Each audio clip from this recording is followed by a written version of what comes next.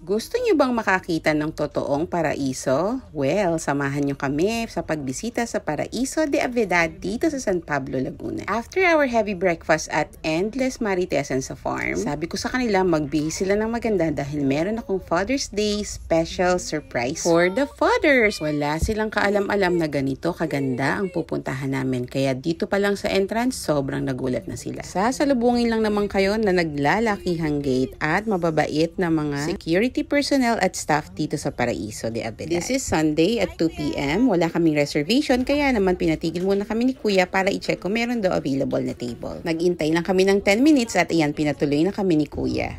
Take note, meron pa silang valet parking kaya bumaba lang ako dito sa may registration area at sila na ang nag-park ng sasakyan ko. Ang buong pamilya ay gulat na gulat, hindi makapaniwala na nakarating sila sa napakagandang lugar na to na ganyan ang mga OOTD nila.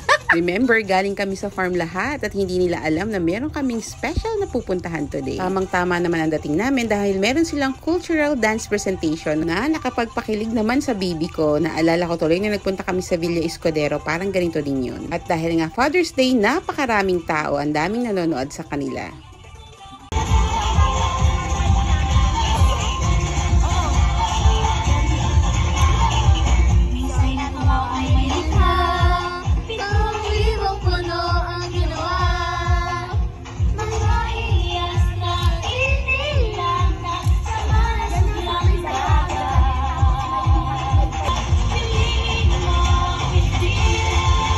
Habang busy ang mga bagets, nandito naman kami at tumitikim ng kanilang welcome drinks na napakasarap na lemongrass iced tea. Bago nila kayo paupuin sa inyong table, bibigyan na nila kayo ng menu dito sa registration area. Itatanong kung ilang packs kayo at tapos bibigyan na rin kayo ng menu para makapili at maka-order na kayo. Look how cozy is the registration area. Parang dito pa lang na-relax na ako. At meron din silang Father's Day stub para sa mga tatay na pwede kayong pumili either glass of wine or dessert. At nung naka-order na nga ako, ayan na, papunta na kami sa aming table. At nandito na nga ang magigiting nating mga tatay, Joel and Paul. While on our way to our table, napansin talaga namin napakadaming pwedeng puntahan dito.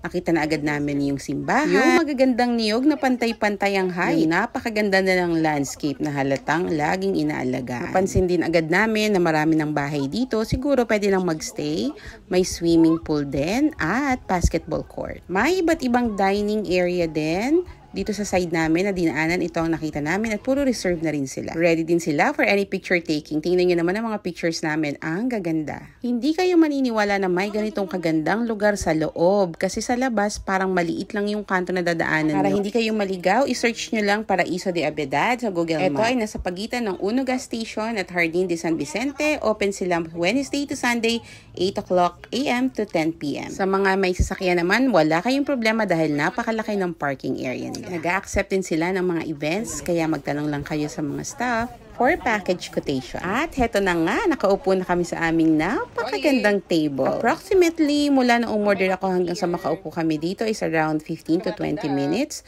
Tapos, mula pang mga 10 minutes, dumating na rin yung mga food namin. They have also provided 2 big electric fans kahit hindi naman masyadong mainit dahil maraming mga puno dito at kawayan. At eto na nga ang aming mga in-order. Crispy Canton, 230. Ang sarap niyan. That's my favorite.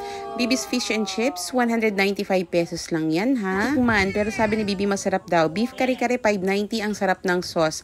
Mas masarap pa siya sa merienda sa La Union. Nag-try din ako nitong kanilang solo shawarma pizza 175. Dalawa in order ko, sobrang sarap. Caramel macchiato ni Bibi 145. Ang sarap din, hindi masyadong matamis. Nachos overload 190. French fries 90 pesos at binagoongan lechon for 585. Meron din kaming sinigang na hipon for 395 at carbonara for 210. Nag-try din kami ng pansit bihon nila medium size for 400. One of our favorites, beef quesadilla 135 pesos. At ang mga fathers umorder ng mocha affogato 190 and coffee latte for 145. For dessert naman, nagtry kami itong Sans Rival 120 pesos each. Churros 105. Nagkagulo mga bata dyan. At itong crepe with ice cream 170 pesos. Wala akong itulak kabigan sa mga dessert. Ang sasarap. And this one is for Ika. Happy birthday! Dumating na rin itong complimentary dessert ng mga father. Ang sarap din yan. Turon at saka parang ube malagkit. Wala kaming maireklamo sa mga pagkain. Lahat naman talaga ay sobrang sarap. At lahat ng in-order namin, hulaan nyo kung magkano. With 2 senior citizen discount, 5,200 lang ang inabot ng lahat ng in-order kong yan. Maya-maya pa may lumapit na sa aming band at kinantahan ng happy birthday si Ika. Happy birthday! Day to you! Thank you po! Happy birthday ka!